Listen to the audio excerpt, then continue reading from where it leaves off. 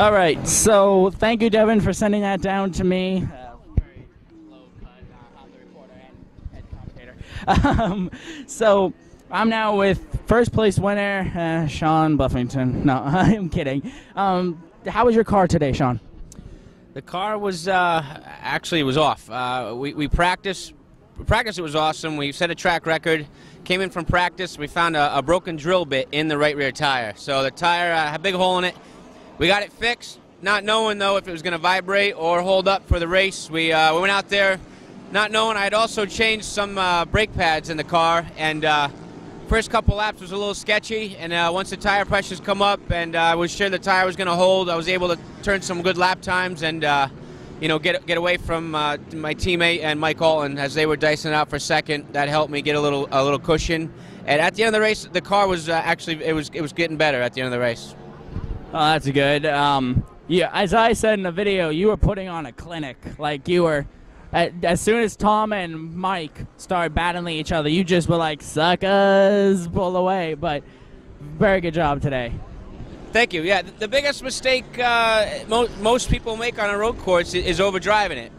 Sometimes you got to go slower to go faster, and when you're looking in your mirror, it's hard to tell yourself to do that. But a lot of laps here, a lot of years here, and knowing the line and to slow down to go faster is a big key in my success here. All right. We noticed at the end there with the GoPro, I'm hoping the GoPro worked, you came right up against the wall. Is that a trait, something you want to do, or is it just happens? Actually, I started that when Ryan Uck started flagging. I don't know if it was last year or what, but just something I started doing. We'd mess around before the race or something, joking around, and I started buzzing the wall because he was the flagman, and just something I've done every time now. All right. We'd like to apologize, by the way, because the LRRS is racing, or he races right now, and the sun's out, and we're in the middle of it. We're in the middle of all the action.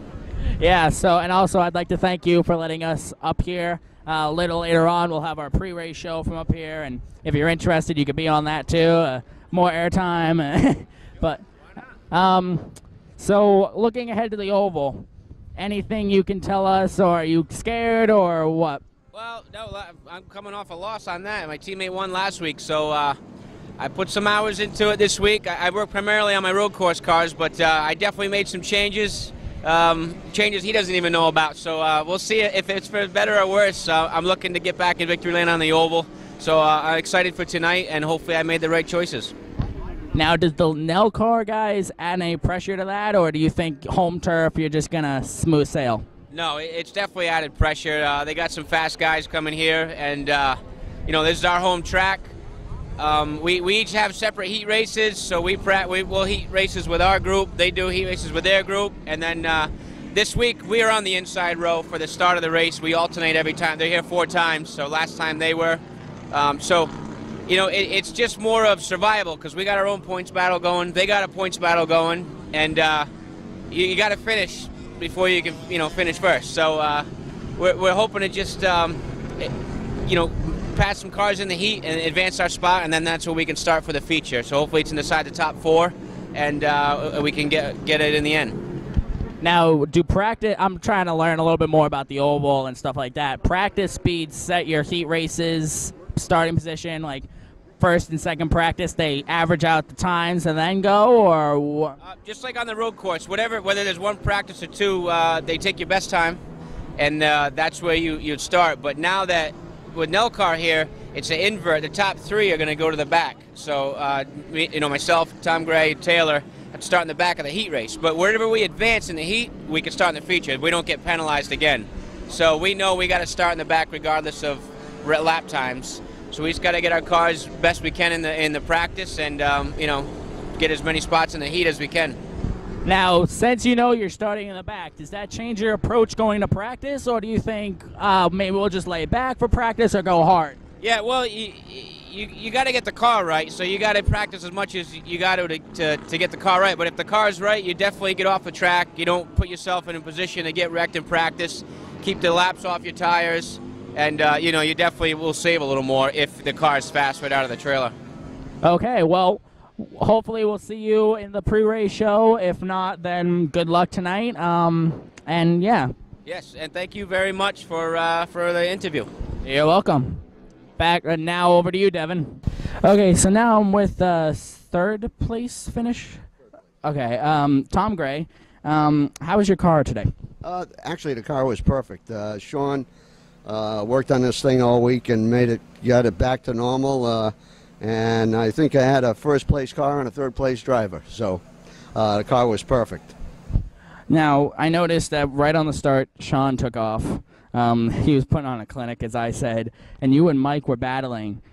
Tell us a little bit about that, like you and Mike battling. Sure. Sean taking off is not new to us. I mean, there's 12 turns on this track, and he hits his mark on all 12 turns. So if anybody's waiting for Sean to make a mistake, they're going to be waiting a long time. However, Mike makes a mistake, I make a mistake, and I get him in a turn, he gets me in a turn, and it was an epic battle. It was a clean battle. I got to give Mike credit. He ran me clean. I shook his hand.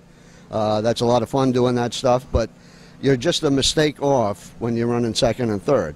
And, you know, the more we do that, the further Sean walks away. So I'm sure he's hoping for that, and we're hoping to pass each other, but we had fun out there today. All right. Now, Mike races every week at the road course, right? I'm still learning. So he races. Is it like an ongoing battle between you and him, or is it every once in a while, or? No, we're, you know, I would consider top cars, and it's who's got the better setup and the better driver on that given day. So me and Mike have mixed it up a lot in the past, and it's clean driving, it's fun. You know, you just got to pay attention out there and limit your mistakes is what it comes down to. Okay. Now, looking ahead to the mini oval, I was going to say oval, but you guys don't run the big one. The mini oval, with the Nell car guys, does that change? Sean was telling me a little bit about it, how the heat races, how you guys are automatically going to be in the back of the heat races. Does that change up your approach to the practices, or? Yeah, it certainly does. Obviously, you know, we're running Loudon by ourselves. It's based on time trials. So you obviously want to go the quickest you can in the practice and dial it in on the second practice. With this approach where you have a pill drawer, what you want to do is make sure you have a car for a long run. You know, because we're going to run 25 laps, you got to come through traffic. It's a lot different mindset, it's a lot different racing, because for that reason, you have to pick your way, pick your spots to pass. So it certainly is different. And quite frankly, you know, 25 laps go by pretty quick, so you got to giddy up and go. Giddy up and go, I like that. So, racing with the Nell car guys, is that a change? We'll stay on the approach change topic. Does that change your approach going into the race with the Nell car, or is it the same, go as hard as you can, up to the front? No, pretty much the same. I mean, you know, obviously it's different. As I said, we start in the front when we're doing time trials and we got some fast cars. When the approach becomes where you got to pick a pill drawer and start in the back and come through, what you want to do is make, you know, clean racing, try and pick your spots so you get through that, because it doesn't matter how quick of a car you have at that point. If you can't get through traffic, until you get traffic, you get single file, and then I can run Sean down, he can run me down. You know what I mean? It comes to that. And yeah, there's some battles going on. It's you know, they created this us and you type thing. You know, it's Nell car and NHMS. So it's fun as long as everybody takes it that way. It's fun. But these guys are a great bunch to race with. We've raced with them in the past, and we should have some fun out there today. Okay, well, good luck tonight at the Oval. Congrats on your third place. Hopefully you'll win and beat Sean again, and we'll see what happens. So, Devin, now over to you and Mike. All right, thank you, Devin. Very small business, just me, myself, and I. So, today you finished second, correct? That's correct. How was your car out there? Tell us a little bit about your race. Well, for the first 7 races here, it's all about trying to catch Sean.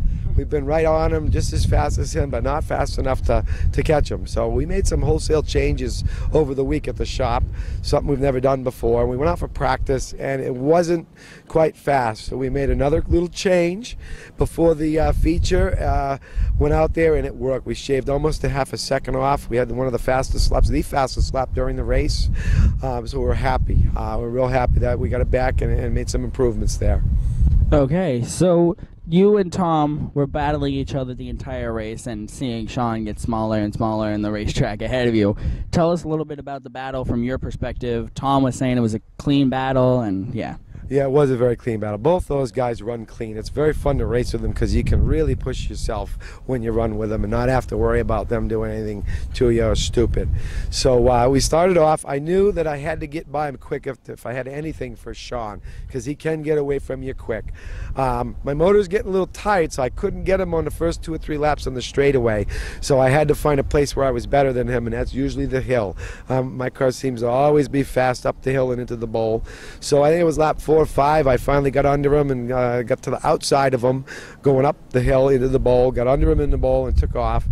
But then he was right there on me, and it was one of the toughest races I've ever done, because I knew if I made one mistake, he was going to take advantage of it. And that's what it was all about. We ran the whole race with him and I, and he was, again, touching me, bumping me a little bit, you know, friendly stuff. So he wasn't giving me a break. Okay, so darn motorcycles. Looking ahead to the road course race tomorrow, you said you'll be here. Are you going to change your car at all, or are you just going to put it in the trailer, lock it up, and race tomorrow? We just got done talking about some potential changes. They're going to definitely be minor ones if we do anything. And I think we will make a small change, but nothing like we did over the week or before the feature today.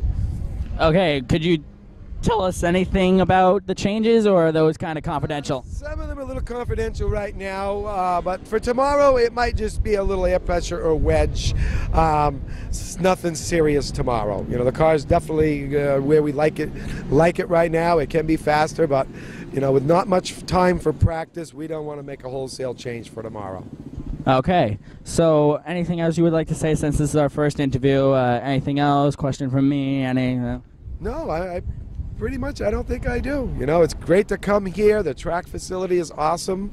I'd really like to see some more cars come. Anybody out there that wants to get involved in racing on a small budget with a bunch of great guys at one of the best facilities you could ever be at, this is the place to come. I mean, these Legends cars, you can pick them up used for $5 or $6 grand and be racing, and they're very inexpensive to maintain and repair, and they're very easy to work on for new guys. There's a lot of things that are not in these cars that regular race cars have that make them more complex.